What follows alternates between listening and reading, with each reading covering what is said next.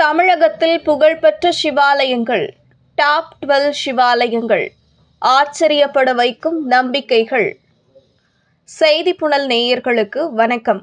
உலகம் முழுவதும் எத்தனையோ சிவாலயங்கள் இருந்தாலும் வெகு சில கோவில்கள் மட்டுமே பிரபலமானதாகவும் மிகவும் சிறப்பு மிக்கதாகவும் சக்தி வாய்ந்ததாகவும் கருதப்படுகிறது. சிவனே ஆதி முதலானவர் என்பதால் சிவ வழிபாடு உலகம் முழுவதும் பரவி இருப்பதாக சொல்லப்படுகிறது. அப்படி தமிழகத்தில் உள்ள மிக முக்கியமான சிறப்புமிக்க 12 சிவாலயங்கள் பற்றி இந்த வீடியோவில் பார்க்கலாம். இந்தியாவில் மட்டுமின்றி உலகின் பல பகுதிகளிலும் பலரையும் ஆச்சரியப்பட வைக்கும் வகையில் பழமையான சிவலிங்கங்கள் கண்டுபிடிக்கப்பட்டு வருகின்றன. மனித அறிவுக்கு எட்டாத பல ஆச்சரியங்களை கொண்ட சிவாலயங்களும் நவீன அறிவியலுக்கே சவால் விடும் வகையில் பல அற்புதங்களை கொண்ட சிவாலயங்களும் தமிழகத்தில் நிறைய உள்ளன. ராமேஸ்வரம் ராமநாத சுவாமி கோவில்.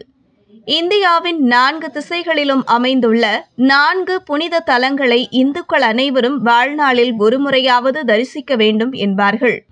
வடக்கில் பத்ரிநாத், தெற்கில் ராமேஸ்வரம், கிழக்கில் பூரி, மேற்கில் துவாரகை ஆகியவற்றில் குறிப்பிடப்படும் ஒரே சைவத்தலம் அல்லது சிவன் கோவில் ராமேஸ்வரம் ராமநாத சுவாமி கோவில்தான்.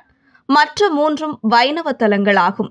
காசிக்கு அடுத்தபடியாக முக்தியை தரும் தலம், கடலோரத்தில் அமைந்த சிவாலயம், மிகப்பெரிய பிரகாரத்தை கொண்ட ஆலயம் என பல சிறப்புகளை கொண்ட கோவில் இதுவாகும். திருவண்ணாமலை அருணாச்சலேஸ்வரர் கோவில். பஞ்சபூத தலங்களில் அக்னி சுரூபமாக சிவபெருமான் காட்சி தரும் தலம் திருவண்ணாமலை அருணாச்சலேஸ்வரர் கோவில். முக்தி தலங்களில் முதன்மை தலமாக விளங்கும் திருவண்ணாமலையில் சிவனே மலையாக காட்சி தருவதாக நம்பப்படுவதால் இங்கு கிரிவலம் வந்து சிவனை வணங்கினால் முக்தி நிச்சயம். சிவன் அருளும் சித்தர்கள் அருளும் ஒரே சேர அருளக்கூடிய தலமாகவும் திருவண்ணாமலை உள்ளது. மனதார நினைத்தாலே முக்தியை அருளக்கூடிய தலமும் இதுதான். தஞ்சாவூர் பிரகதீஸ்வரர் கோவில். பிரம்மாண்டத்தின் உச்சமாக திகழும் தஞ்சை பெரிய கோவிலில் அனைத்துமே பெரியதுதான். நந்தி, லிங்கம், ஆவுடையார் என அனைத்தும் பெரியது. 15 தளங்கள் கொண்ட கற்கோவிலாக திகழும் தஞ்சை பிரகதீஸ்வரர் கோவில் கருவறையில் இருக்கும் லிங்கம்தான் உலகிலேயே பெரிய சிவலிங்கமாகும். இவரை பெருவுடையார் என்றே பக்தர்கள் அழைக்கிறார்கள். ஆன்மீக, அறிவியல், இலக்கியம் என அனைத்து வகைகளிலும் சிறப்பு பெற்று பல ஆச்சரியங்களை தனக்குள் கொண்ட கோவில் இது. மதுரை மீனாட்சி சுந்தரேஸ்வரர் கோவில். மதுரை மீனாட்சி அம்மன் கோவில் தமிழகத்தில் உள்ள 366 மீனாட்சி சுந்தரேஸ்வரர் கோவில்களின் மூல கோவிலாக உள்ளது. இங்கு முதல் பூஜை அன்னை மீனாட்சிக்கே செய்யப்படுகிறது. சிதம்பரம், காசி, காளஹஸ்தி வரிசையில் 4வது முக்கிய சிவாலயமாக மதுரை மீனாட்சி சுந்தரேஸ்வரர் கோவில் உள்ளது. திருவண்ணாமலை தலத்தை நினைவுபடுத்தும் முக்தி கிடைப்பதைப் போல் மதுரை பெயரை கேட்டதும் பேரின்ப நிலை கிடைக்கும் என்பது ஐதீகம். ஈசன் தன்னுடைய 64 திருவிளையாடல்களை நிகழ்த்திய தலமும் இதுதான். சிதம்பரம் நடராஜர் கோவில். பஞ்சபூத தலங்களில் ஈசன் ஆகாயமாக காட்சி தரும் தலம் சிதம்பரம் நடராஜர் கோவிலாகும். மனித உடல் மற்றும் அதன் இயக்கத்துடன் நெருங்கிய தொடர்பு கொண்ட தலம் சிதம்பரம் நடராஜர் கோவிலாகும்.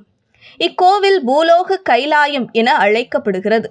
இந்த கோவிலில் மட்டுமே சிவனின் 108 பரதநாட்டிய நிலைகளின் சிற்பங்களை காண முடியும். அதேபோல் அருவம், உருவம், அரு உருவம் என 3 நிலைகளிலும் இக்கோவிலில் சிவனை தரிசிக்க முடியும். நடராஜர் மூலவராக இருக்கும் வெகு சில தலங்களில் முதன்மை தலமாக விளங்குவது இதுதான். காஞ்சிபுரம் ஏகாம்பரேஸ்வரர் கோவில். பஞ்சபூத தலங்களில் பூமி தலமாக விளங்குவது காஞ்சிபுரம் ஏகாம்பரேஸ்வரர் கோவில். இதுவும் முக்தி தலங்களில் ஒன்றாக திகழ்கிறது. இக்கோவிலில் சிவன், பிரம்மா, விஷ்ணு மூவரும் வழிபட்ட லிங்கங்கள் உள்ளன. கோவில்களில் நகரம், ஆன்மீக பூமி என போற்றப்படும் காஞ்சிபுரம் தான் அதிக சிவாலயங்கள் உள்ளன. அதிகமான திவ்ய தேசங்கள் கொண்ட தலமாகவும் உள்ளது. அதனால் இது சைவர்களுக்கு மட்டுமல்ல, வைணவர்களுக்கும் மிக முக்கியமான தலமாகும். காஞ்சிபுரம் கைலாசநாதர் கோவில். தமிழகத்தில் உள்ள முக்கியமான கற்கோவில்களில் காஞ்சிபுரம் கைலாசநாதர் கோவிலும் ஒன்று. காஞ்சிபுரத்தில் உள்ள மிக பழமையான கோவில்களில் இதுவும் ஒன்று. கருவறையில் மூலவர் 16 பட்டைகளுடன் லிங்க திருமேனியாக காட்சி தருகிறார். இவரை தரையில் படுத்தபடி ஊர்ந்து சென்று மட்டுமே தரிசிக்க முடியும். மிக குறுகலான திருச்சுற்று சுவர்களை கொண்டு வந்து வழிபட்டால் மறுபிறவி கிடையாது என்பது ஐதீகம். மயிலாப்பூர் கபாலீஸ்வரர் கோவில். சென்னையில் உள்ள சப்த சிவஸ்தலங்களில் ஒன்று மயிலாப்பூர் கபாலீஸ்வரர் கோவில். பார்வதி தேவி சிவனை மயில் வடிவில் வழிபட்ட தலமாகும். மிக பழமையான பல்லவர் காலத்து கோவிலான இக்கோவில் பாடல் பெற்ற தலங்களில் ஒன்றாக உள்ளது. புகழ்பெற்ற சிவத்தலமாகவும் புகழ்பெற்ற சக்தி தலமாக இக்கோவில் விளங்குகிறது. பாபநாசம் ராமலிங்க சுவாமி கோவில். கும்பகோணத்தில் 108 சிவலிங்கங்களை கொண்ட தலம் பாபநாசம் ராமலிங்க சுவாமி கோவிலாகும். இக்கோவில் ஸ்ரீராமரால் கட்டப்பட்ட தலம் என்றும் இங்குள்ள 107 சிவலிங்கங்களை ஸ்ரீராமர் பிரதிஷ்டை செய்ததாகவும் மற்றொரு லிங்கத்தை ஆஞ்சநேயர் காசியிலிருந்து கொண்டு வந்ததாகவும் சொல்லப்படுகிறது. இங்குள்ள மூலவர் ராமலிங்க சுவாமி என்றும் அனுமன் கொண்டு வந்த லிங்கம் அனுமந்த லிங்கம் என்றும் அழைக்கப்படுகிறது. மகாபலிபுரம் கடற்கரை கோவில். மகாபலிபுரம் அல்லது மாமல்லபுரம் கடற்கரை கோவில் தமிழ்நாட்டில் முதலில் கட்டப்பட்ட கட்டுமான கோவிலாகும். 45 அடி உயரம் கொண்ட இக்கோவிலில் சோமஸ்கந்தர் லிங்க ரூபமாகவும் பெருமாள் ஜலசயன கோலத்திலும் காட்சி தருகின்றனர்.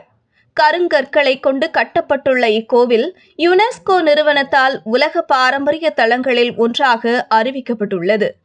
கங்கை கொண்ட சோழபுரம். ராஜராஜ சோழனின் மகனான ராஜேந்திர சோழனால் கட்டப்பட்ட கோவில் கங்கை கொண்ட சோழபுரமாகும். தஞ்சையில் உள்ள பிரகதீஸ்வரர் கோவிலுக்கு இணையாக கட்டப்பட்டது இக்கோவிலாகும்.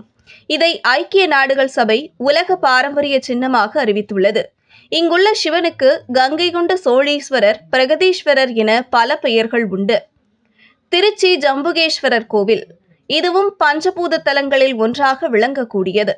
இங்கு சிவபெருமான் தண்ணீரின் வடிவில் காட்சியளிக்கிறார்.